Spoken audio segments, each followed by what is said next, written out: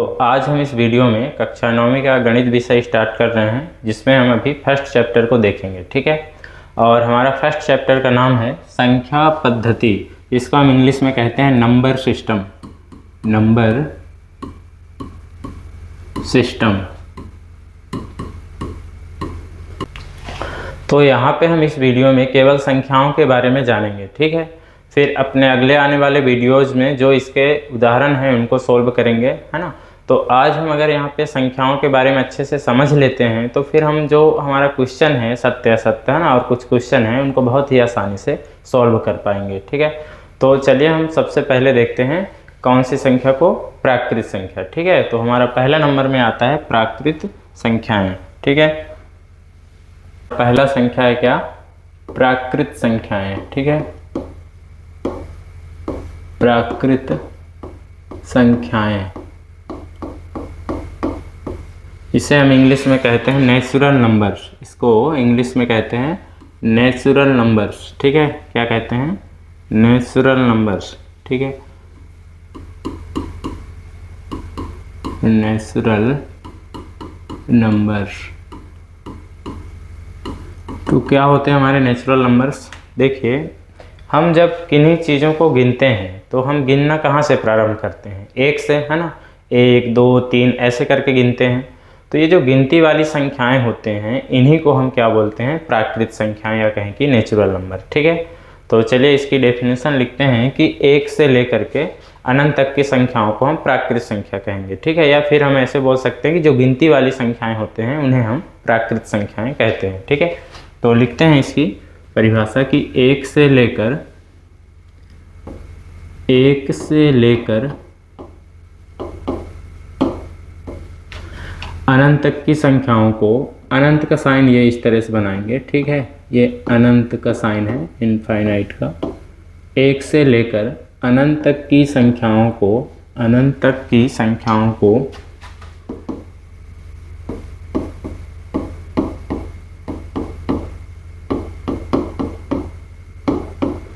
प्राकृत संख्याएं कहते हैं।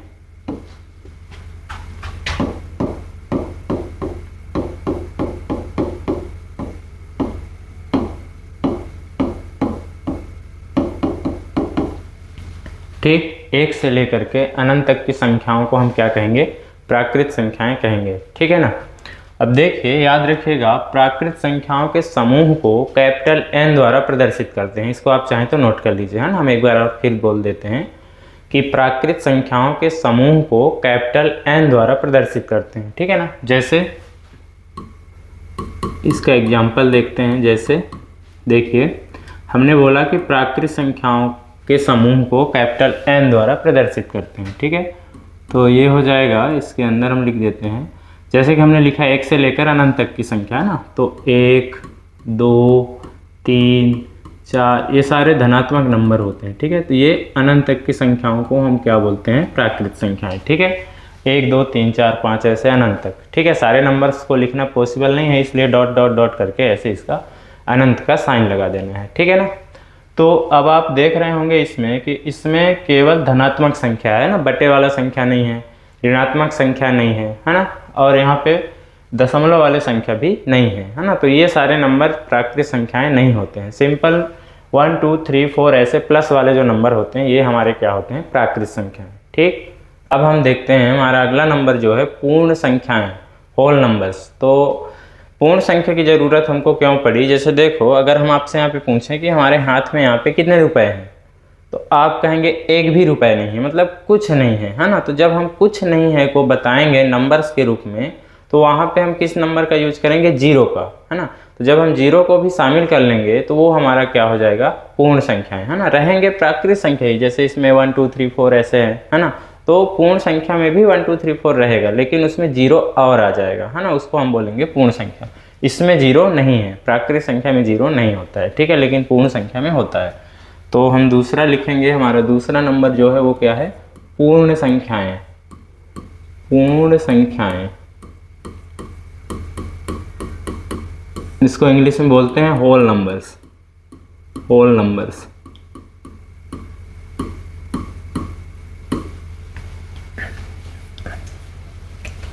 तो पूर्ण संख्याओं की अगर हम परिभाषा लिखें तो क्या लिखेंगे कि शून्य से लेकर, क्योंकि इसमें शून्य और आ जाता है ना, रहता प्राकृत संख्या ही है। अगर प्राकृत संख्या के समूह में शून्य और मिला देना तो पूर्ण संख्या का समूह बन जाता है। तो सेम इसी कंसेप्ट से हम यहाँ पे इसकी परिभाषा बना सकते हैं कि शून्य से लेकर के अनंत तक की संख्याओं को हम क्या बोलेंगे, पूर्ण संख्याएं बोलेंगे। ठीक है, तो यहाँ लिख लीजिए कि शून्य से लेकर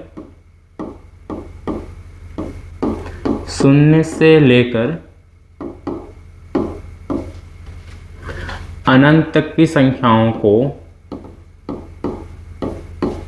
शून्य से लेकर अनंत तक की संख्याओं को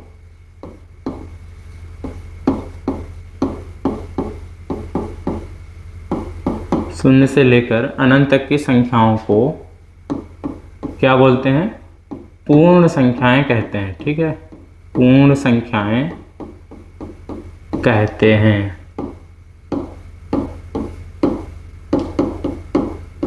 ठीक, अगर हम इसका एग्जाम्पल देखें, याद रखिएगा पूर्ण संख्याओं के समूह को कैपिटल W द्वारा प्रदर्शित करते हैं। ठीक है, तो जैसे कैपिटल W द्वारा, ठीक है, तो 0 से प्रारंभ होता है तो शून्य है ना, 1 2 3 4 ऐसे डॉट डॉट डॉट ये चलता जाएगा कहाँ तक, इनफाइनाइट तक। ठीक है, तो ये इसका एग्जाम्पल हुआ, ये पूर्ण संख्या का समूह हुआ, ये प्राकृत संख्या का समूह हुआ, है ना।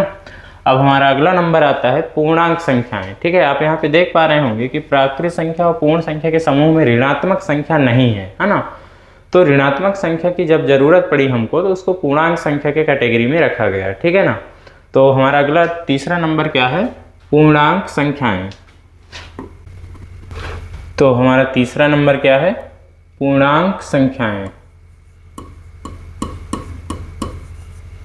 पूर्णांक संख्याएं, इसको इंग्लिश में बोलते हैं इंटीजर्स नंबर,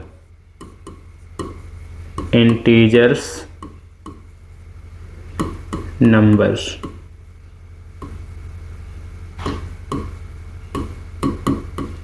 तो पूर्णांक संख्या जैसा हमने अभी कहा कि इसमें ऋणात्मक संख्या भी आ जाता है, तो इसको बोलेंगे कैसे कि शून्य से लेकर धनात्मक अनंत तक और शून्य से लेकर ऋणात्मक अनंत तक की संख्याओं को हम पूर्णांक संख्याएं कहेंगे। ठीक है, तो इसकी परिभाषा हम बनाते हैं, तो यहाँ पे हम लिखेंगे कि शून्य से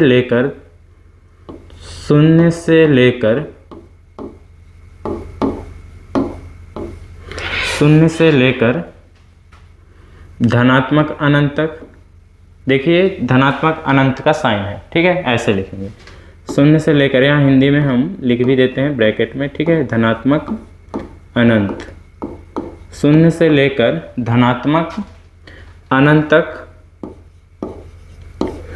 तथा शून्य से लेकर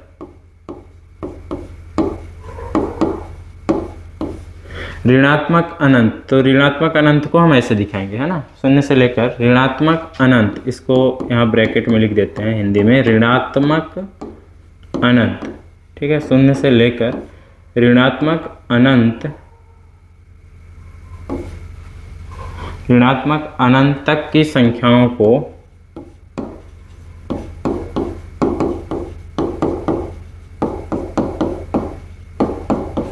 क्या बोलते हैं, पूर्णांक संख्याएं कहते हैं। पूर्णांक संख्याएं कहते हैं। ठीक है, याद रखिए पूर्णांक संख्याओं के समूह को कैपिटल I या कैपिटल Z द्वारा प्रदर्शित करते हैं। ठीक है, इसका एग्जाम्पल देखिए, जैसे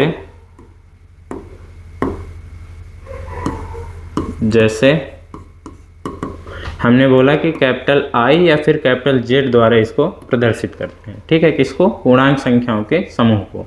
तो जैसा कि परिभाषा में लिखा है कि शून्य से लेकर धनात्मक अनंत तक, तो हम यहाँ मान लो अगर शून्य बनाएं, शून्य, ठीक है, तो शून्य से लेकर इधर दाएं साइड में धनात्मक अनंत तक, मतलब +1 +2 +3, है ना, ऐसे करके धनात्मक अनंत तक।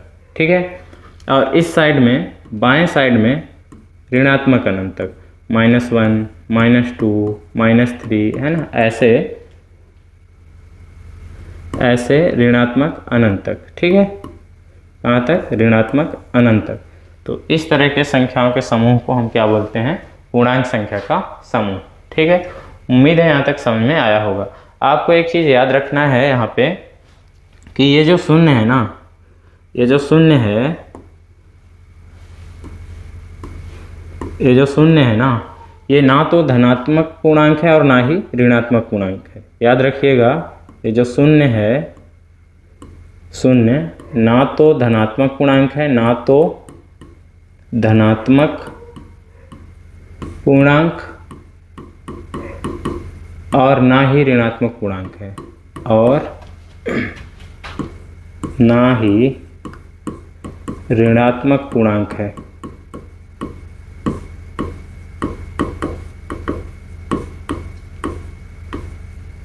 ठीक, ये याद रखिए कि शून्य जो है ना तो धनात्मक पूर्णांक है और ना ही ऋणात्मक पूर्णांक है, ठीक है।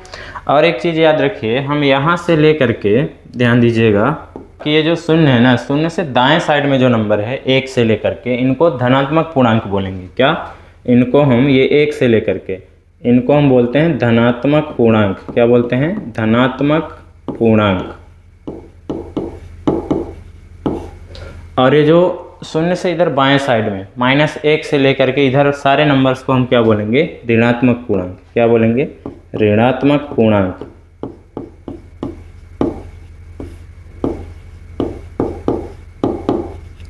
ठीक है ना, 1 से लेकर, -1 से लेकर के इधर सारे नंबर्स को ऋणात्मक पूर्णांक, और इधर +1 से लेकर के इधर अनंत तक के धनात्मक पूर्णांक। 0 को नहीं, 0 ना तो धनात्मक पूर्णांक है और ना ही ऋणात्मक पूर्णांक है, ठीक है। तो उम्मीद है आपको पूर्णांक संख्या समझ में आया होगा। अब हम अपने अगली संख्या को देखते हैं, जो कि है परिमेय संख्या। क्या, परिमेय संख्या, ठीक है। तो देखिए नेक्स्ट पेज में देखते हैं, हमारा जो चौथा नंबर में है संख्या, वो क्या है, परिमेय संख्याएं। परिमेय संख्याएं, परिमेय संख्याएं हम किनको बोलते हैं, इसको इंग्लिश में कहते हैं रेशनल नंबर। ये रेशियो से मिलके बना है, इसलिए इसको रेशनल नंबर्स बोलते हैं, रेशनल नंबर्स, ठीक है। तो परिमेय संख्या हम किसको बोलेंगे, जैसे अभी तक हमने जो संख्याएं देखा ना, इनमें दशमलव वाले और बटे वाले नंबर नहीं थे, है ना। ऋणात्मक और ये इस तरह के धनात्मक संख्या तो थे, लेकिन बटे वाले नंबर, भिन्न वाले नंबर नहीं थे, है ना। तो जो भिन्न वाले नंबर्स होते हैं ना, उन्हीं को हम परिमेय संख्या बोलते हैं, है ना। तो हम यहाँ पे इसकी अगर परिभाषा बनाएंगे तो हम बोलेंगे कि ऐसी संख्याएं जिन्हें हम P/Q के फॉर्म में लिख सकते हो, है ना, मतलब अंश बटे हर के रूप में लिखा जा सकता हो, उसको हम क्या बोलेंगे, परिमेय संख्या बोलेंगे, ठीक है। तो चलिए पहले लिख देते हैं, इसके बाद फिर समझते हैं। तो यहाँ पे हम लिखेंगे कि ऐसी संख्याएं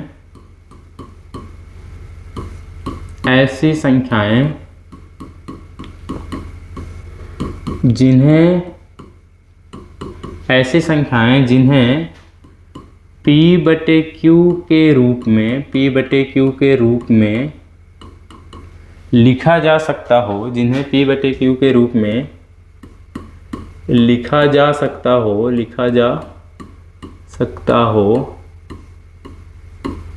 जहां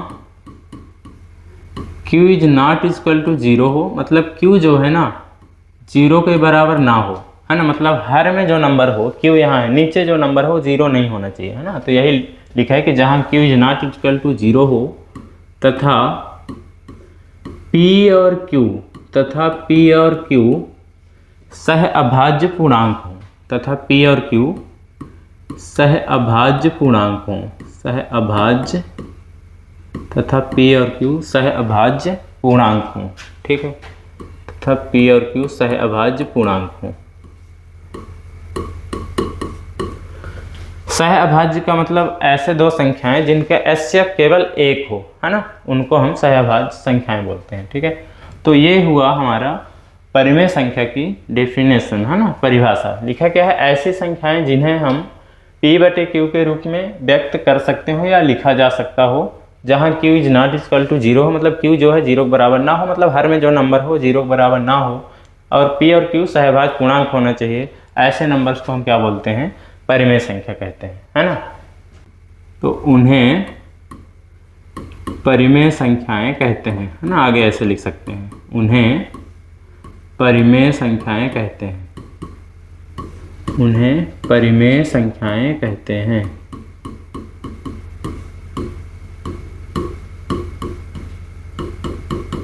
ठीक, तो ये इस चीज़ को आप याद रखिएगा। जैसे इसका एग्जांपल देखिए, याद रखिएगा परिमेय संख्याओं के समूह को कैपिटल Q द्वारा प्रदर्शित करते हैं। ठीक है, जैसे कैपिटल Q द्वारा प्रदर्शित करते हैं। ठीक है, तो इसमें बटे वाले नंबर भी आ जाएगा, है ना, माइनस वाले नंबर भी आ जाएगा। ठीक, शून्य भी एक परिमेय संख्या, वो कैसे अभी हम बताएंगे। ठीक है, और 6/7 ये ऐसे बहुत सारे नंबर्स जो हैं, ये सारे के सारे नंबर्स क्या हैं, परिमेय संख्याएं हैं। ठीक है, अब आपके मन में सवाल उठता होगा कि सर ये शून्य कैसे परिमेय संख्या है, ये तो P/Q के रूप में नहीं है। देखिए 4 भी परिमेय संख्या है, भले इसके बटे में कुछ नहीं है, है ना। तो इसको समझने के लिए आप एक नोट लिखिए, उससे आपको बहुत ही अच्छे से समझ में आएगा। ठीक है, वो नोट्स क्या है आप लिखिएगा, यहाँ पे जो हम एक नोट्स लिखा रहे हैं उसको आप लिखिए। ठीक है,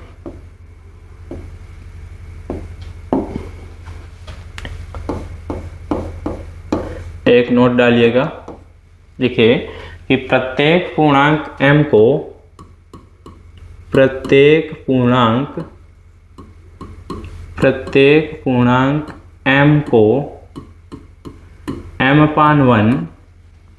m/1 का मतलब P/Q, है ना, मतलब अंश बटे हर के रूप में।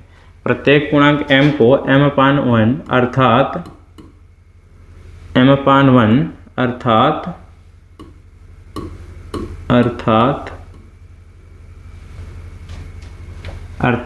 P/Q के रूप में लिखा जा सकता है। P/Q के रूप में लिखा जा सकता है,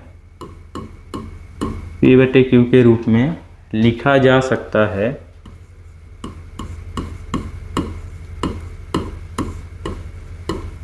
अर्थात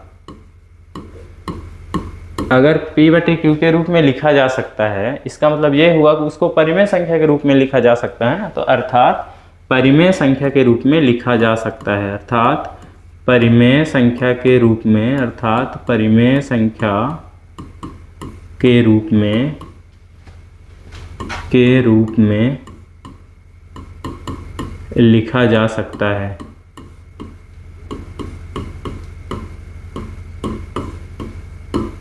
ठीक, इस चीज़ को याद रखिएगा। क्या है हमारा नोट्स कि हम प्रत्येक पूर्णांक, प्रत्येक मतलब यहाँ पे आपने जितना भी ये पूर्णांक संख्या का समूह देखा है ना, तो इस सभी पूर्णांक को, प्रत्येक मतलब सभी से, है ना, मतलब जितने भी यहाँ पे पूर्णांक है ना, तो सभी पूर्णांक के नीचे हम एक करके यहाँ पे क्या लिखा है, देखो आप समझिए, यहाँ लिखा है प्रत्येक पूर्णांक m, मतलब m के जगह पे कोई भी पूर्णांक ले लीजिए, फिर आगे लिखा को m/1, मतलब उस पूर्णांक के नीचे एक हम कर सकते हैं, है ना।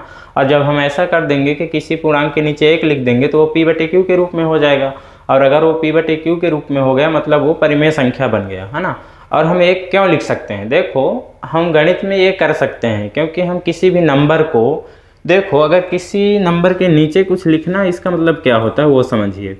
जैसे 4/5 लिखें, नीचे हमने क्या लिखा 5, 4 के नीचे हमने क्या लिखा 5, इसका मतलब ये होता है कि 4 को हम 5 से भाग दे रहे हैं, है ना।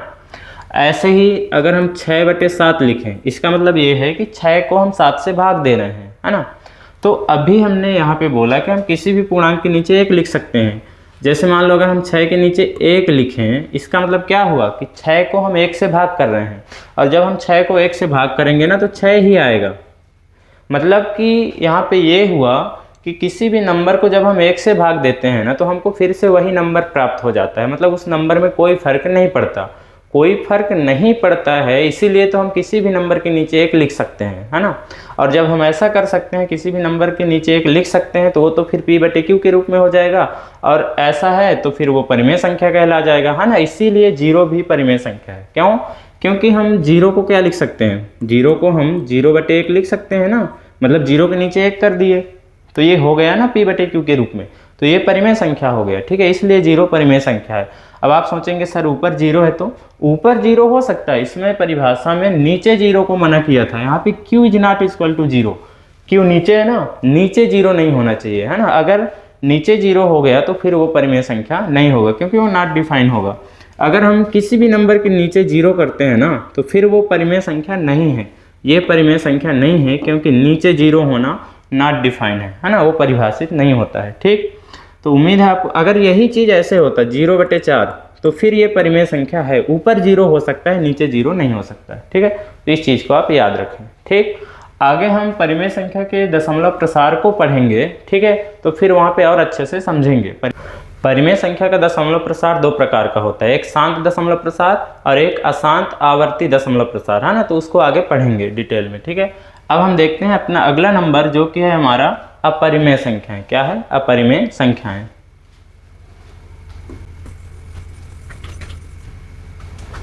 तो अपरिमेय संख्या बहुत ही आसान है, इसी का उल्टा। ठीक है, जो हमने अभी पढ़ा परिमेय संख्याएं उसी का उल्टा है अपरिमेय संख्याएं।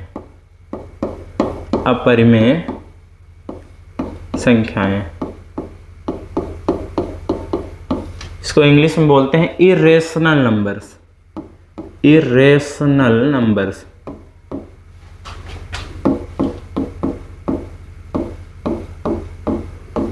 तो अपरिमेय संख्या क्या होता है? देखिए, हमने परिमेय में क्या लिखा है? ऐसी संख्या जिसे हम p/q के रूप में लिख सकते हैं, उसको हम क्या बोलते हैं?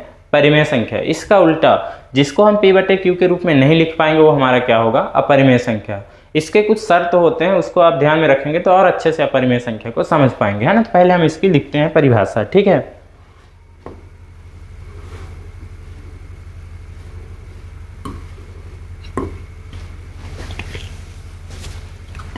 तो लिखिए ऐसी संख्याएं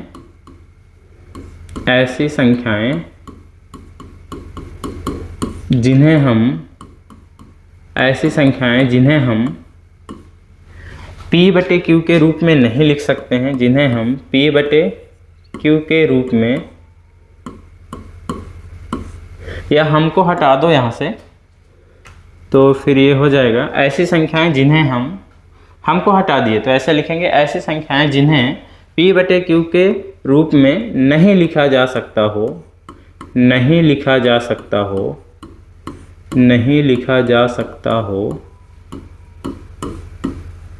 है ना, उन्हें अपरिमेय संख्याएं कहते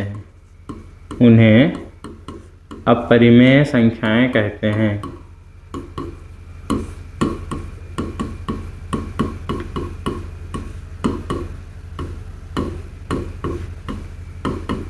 ठीक, तो इस चीज़ को याद रखिए, ऐसी संख्याएं जिन्हें हम p/q के रूप में नहीं लिख सकते उनको हम क्या बोलते हैं? अपरिमेय संख्याएं। याद रखिए, अपरिमेय संख्याओं के समूह को QC के द्वारा प्रदर्शित करते हैं। ठीक है, Q का कॉम्प्लीमेंट इसको पढ़ेंगे। ठीक है, तो इसमें देखिए किस तरह का नंबर होता है। देखो, ये हमने बोला कि इसके कुछ शर्तों को याद रखेंगे तो अच्छे से समझ पाएंगे। आप पिछली कक्षाओं में देखे होंगे, कक्षा 8 में, कि इसको हम क्या पढ़ते हैं? रूट या करणी बोले, है ना। क्या पढ़ते हैं? रूट या करणी। कलर चेंज कर लेते हैं।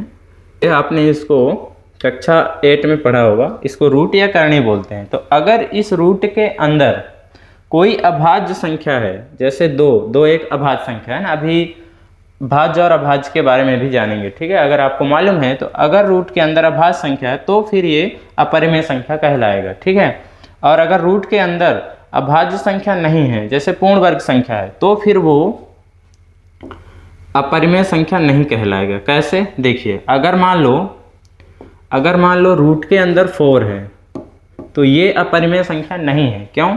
क्योंकि जो 4 है ना, पूर्ण वर्ग संख्या है। कैसे? क्योंकि 4 को हम ऐसे लिख सकते हैं 2 × 2, और जब जोड़ी बन जाता है तो एक बाहर आ जाता है, ये आप पढ़े हैं पिछली कक्षा में, है ना। तो ये 4 यहाँ पे जो है रूट के अंदर वो 2 लिखा है, मतलब इस पूरे को मिला के 2 ही लिखा है। ठीक है, इसलिए 2 जो है परिमेय संख्या है ना, लेकिन ये अपरिमेय संख्या नहीं है। ठीक, अगर इसके अंदर अभाज्य संख्या है ना, तो फिर वो क्या है? अपरिमेय संख्या। अगर भाज्य संख्या है तो फिर वो अपरिमेय संख्या नहीं होगा। ठीक, तो इसके कुछ एग्जाम्पल लिख लीजिए। और एक जो पाई है ना, ग्रीक लेटर पाई, वो भी अपरिमेय संख्या है, लेकिन जो पाई का मान है 22/7 वो परिमेय संख्या है ना। क्योंकि जो पाई का मान 22/7 है ना, वो लगभग मान है ना। ये याद रखें कि जो पाई का मान है ना हमारा, वो लगभग मान है। ठीक है, क्या है? लगभग मान है। पाई का जो मान है 22/7, ये लगभग मान है। क्या है? लगभग मान है ना, फिक्स वैल्यू नहीं है। लगभग का साइन कुछ इस तरीके का होता है, ऐसे ये लगभग का साइन है। तो पाई का जो मान है वो 22/7 वो लगभग मान है, इसलिए ये अपरिमेय है और ये परिमेय है ना। अगर ये फिक्स मान होता तो अगर हम इसको अपरिमेय बोल रहे हैं तो इसको भी हम अपरिमेय बोलते हैं, है ना। तो इस चीज़ को याद रखें, ठीक है। तो इसका एग्जाम्पल लिख लीजिए, जैसे यहाँ हो जाएगा पाई हो गया, √3 हो गया, √2 हो गया, है ना। इसका भी दशमलव प्रसार होता है, अशांत अनावृत्ति, मतलब कि ना तो ख़त्म होता है ना ही रिपीट होता है ना।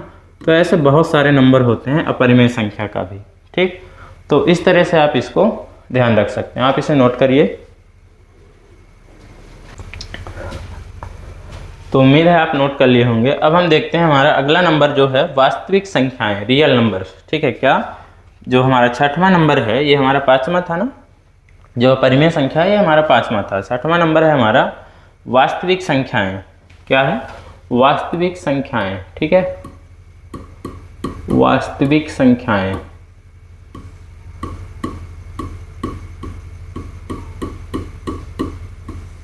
वास्तविक संख्याएं, इसको इंग्लिश में कहते हैं रियल नंबर्स, रियल नंबर्स।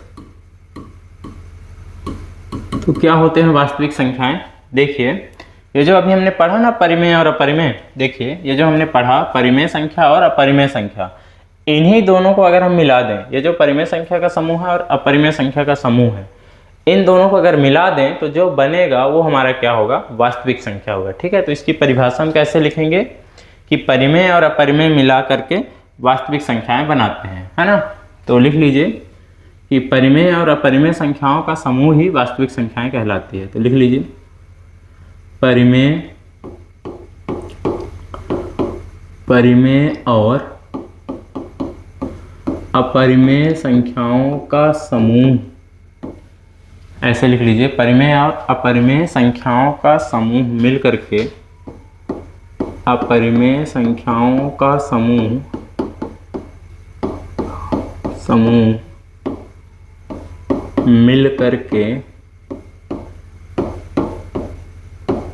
मिल करके वास्तविक संख्याएं बनाते हैं, मिल करके वास्तविक संख्याएं बनाते हैं,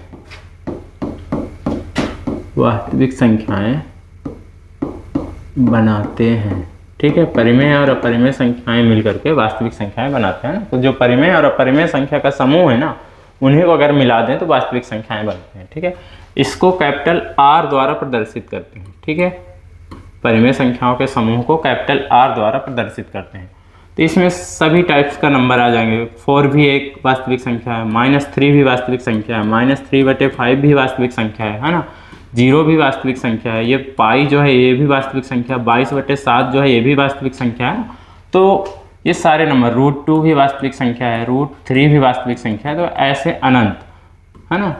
तो इससे पहले जितने भी नंबर हमने पढ़ा वो सब को हम क्या बोलेंगे? वास्तविक संख्या, ठीक है। तो उम्मीद है आपको समझ में आया होगा।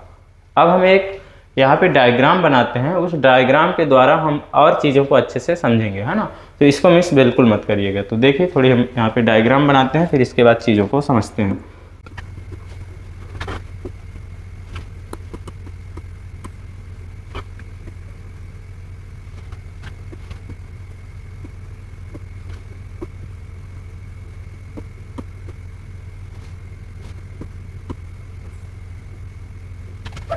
तो अभी तक हमने जितना भी चीज़ पढ़ा, जिन संख्याओं के बारे में पढ़ा, इस डायग्राम से उसका रिवीजन करेंगे, ठीक है ना।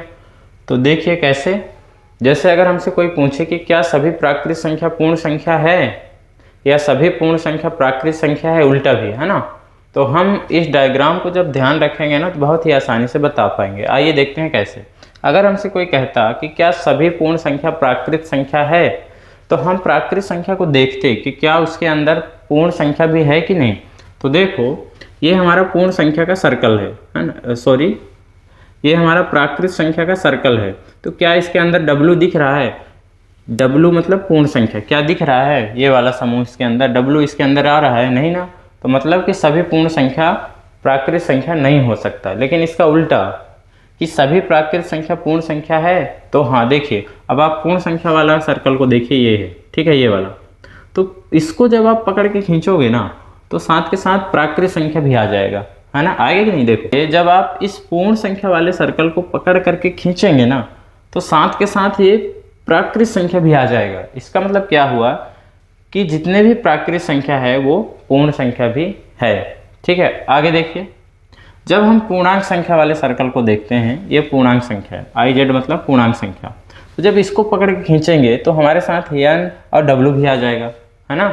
मतलब ये है कि यहाँ पे सारे प्राकृत संख्या पूर्णांक संख्या है, सारे पूर्ण संख्या भी पूर्णांक संख्या है। लेकिन उल्टा अगर हम ये बोलें कि क्या सभी पूर्णांक संख्या पूर्ण संख्या है, तो जब आप पूर्ण संख्या को खींच रहे थे तो क्या ये आ रहा था, नहीं ना। तो मतलब सभी पूर्णांक संख्या पूर्ण संख्या नहीं है, लेकिन सभी पूर्ण संख्या पूर्णांक है, क्योंकि जब हम पूर्णांक को खींचते हैं तो पूर्ण संख्या भी आ जाता है। ठीक है, आगे देखो, ये क्यू नंबर वाला, क्यू मतलब परिमेय संख्या। तो जब हम परिमेय संख्या वाले को खींचते हैं, ये हमारा परिमेय संख्या वाला सर्कल है, तो जब हम इसको खींचते हैं तो इसके साथ साथ क्या आ जाते हैं, एन भी आ जाता है, डब्ल्यू भी आ जाता है, आई जेड भी आ जाता है। मतलब जितने भी प्राकृत संख्या वो सब परिमेय संख्या है, जितने भी पूर्ण संख्या है वो भी परिमेय संख्या है, जितने भी पूर्णांक है वो भी परिमेय संख्या है। ठीक है, उम्मीद है यहाँ तक समझ में आया होगा। लेकिन इसका उल्टा, क्या सभी परिमेय संख्या पूर्णांक संख्या है, तो आप कहेंगे नहीं है। क्यों? क्योंकि जब हम पूर्णांक संख्या को खींचे थे तो ये जो परिमेय संख्या वो नहीं आया था। क्या सभी परिमेय संख्या पूर्ण संख्या है, तो नहीं है, क्योंकि जब हम पूर्ण संख्या वाले समूह को खींचे थे तो ये जो है परिमेय संख्या वो नहीं आया था, है ना। क्या सभी प्राकृत संख्या यहाँ पे परिमेय संख्या है, तो हाँ, सभी प्राकृत संख्या परिमेय संख्या है। क्यों? क्योंकि जब हम परिमेय को खींचते हैं तो प्राकृत संख्या आ जाता है। लेकिन उल्टा, क्या सभी परिमेय संख्या प्राकृत संख्या है, तो नहीं है, क्योंकि यहाँ पे जब हम प्राकृत को खींचते हैं तो ये परिमेय संख्या नहीं आता है। ठीक है, अब देखिए इस सर्कल में आ जाइए, क्यू सी मतलब अपरिमेय संख्या। तो क्या जब हम इसको खींचते हैं तो क्या आता है, ये बताइए। जब हम अपरिमेय संख्या वाले सर्कल को खींचते हैं तो कौन कौन से आया, यही बस आया, इसका अलग ही दुनिया है, अकेला यही बस आया, है ना। मतलब इसका ये हुआ कि सभी प्राकृत संख्या अपरिमेय नहीं है, सभी पूर्ण संख्या अपरिमेय नहीं है, और सभी पूर्णांक संख्या अपरिमेय नहीं है, सभी परिमेय संख्या भी अपरिमेय नहीं है। ये खुद अकेला है अपना, है ना, क्योंकि ये परिमेय से बाहर है ना। तो जब हम परिमेय संख्या वाला सर्कल को खींचते हैं तो ये नहीं आता, इसके सर्कल के अंदर जो है वही आएगा, है ना, ये नहीं आता। मतलब कि जितने भी अपरिमेय संख्या है वो परिमेय नहीं है, और जितने भी परिमेय संख्या है वो अपरिमेय नहीं है। ठीक है, ये याद रखिएगा। अब आते हैं लास्ट में, आर, वास्तविक संख्या में। आर मतलब वास्तविक संख्या। आर तो पूरे को घेर के रखा है ना। ये बड़ा वाला जो लास्ट वाला सर्कल है ये आर का है, वास्तविक संख्या का है। ठीक है, तो जब हम इसको खींचेंगे तो पूरे के पूरे नंबर आ जाएंगे वास्तविक संख्या में, है ना। वास्तविक संख्या के साथ जब इस सर्कल को हम खींचेंगे वास्तविक संख्या वाले को तो सब आ जाएंगे, है ना, क्योंकि इसी के अंदर तो है सब। तो हम यहाँ पे ये बोल सकते हैं कि सभी प्राकृत संख्याएं वास्तविक संख्याएं हैं, सभी पूर्ण संख्याएं वास्तविक संख्याएं हैं, सभी पूर्णांक संख्याएं वास्तविक संख्याएं हैं, सभी परिमेय संख्या वास्तविक संख्या है, सभी अपरिमेय संख्या भी वास्तविक संख्या है। क्योंकि जब इसको खींचते हैं तो ये भी तो आ जाएगा, क्योंकि इस सर्कल के अंदर ही तो है ये, है ना। तो सभी अपरिमेय संख्या भी वास्तविक संख्या है। ठीक है, लेकिन इसका उल्टा, सभी वास्तविक संख्या प्राकृत संख्या नहीं है, सभी वास्तविक संख्या ये जो है अपरिमेय संख्या नहीं है, सभी वास्तविक संख्या परिमेय संख्या नहीं है, सभी वास्तविक संख्या पूर्णांक संख्या नहीं है, सभी वास्तविक संख्या पूर्ण संख्या नहीं है ना। तो ये चीज़ को याद रखिएगा। अगर ये अच्छे समझ में आया है तब जाके आप सत्य सत्य का आंसर कारण सहित दे पाएंगे, है ना। तो अब हम अपने नेक्स्ट वीडियो में जो हमारे उदाहरण हैं उसका जो यहाँ पे सत्य सत्य में क्वेश्चन पूछा है उसका हम आंसर देंगे। ठीक है, आप यहाँ पे देख सकते हैं, ये हमारा उदाहरण है कक्षा 9वीं के गणित का, ये उदाहरण है। ठीक है, पेज नंबर आप 4 में देखिएगा। ठीक है, पेज नंबर 4 में आप देख सकते हैं, ये उदाहरण है पेज नंबर 4 में आपके, जिसमें पूछा है कि नीचे दिए गए कथन सत्य है असत्य, कारण के साथ अपने उत्तर दीजिए। ठीक है, तो इसे हम नेक्स्ट वीडियो में देखेंगे। आप तब तक ये जो संख्याओं के बारे में हमने पढ़ा है उसका रिवीजन करिएगा। ठीक है, अभी हमारा संख्या पूरा नहीं हुआ है, इस चीज़ को याद रखिएगा। ठीक है ना, हम संख्याओं के बारे में और बहुत सारी संख्याओं के बारे में जानेंगे किसी नेक्स्ट वीडियो में। ठीक है, तो देखिए जैसे हमारा सम संख्या, विषम संख्या, भाज्य संख्या, सहभाज्य संख्या, ये सारे संख्याओं के बारे में हम आगे आने वाले कुछ वीडियोज़ में पढ़ेंगे। ठीक है ना, तो आपको ये वीडियो कैसा लगा आप वीडियो के कमेंट सेक्शन में ज़रूर बताएं, और इस वीडियो को अपने दोस्तों के साथ भी शेयर करें। ठीक है, वीडियो देखने के लिए थैंक्स।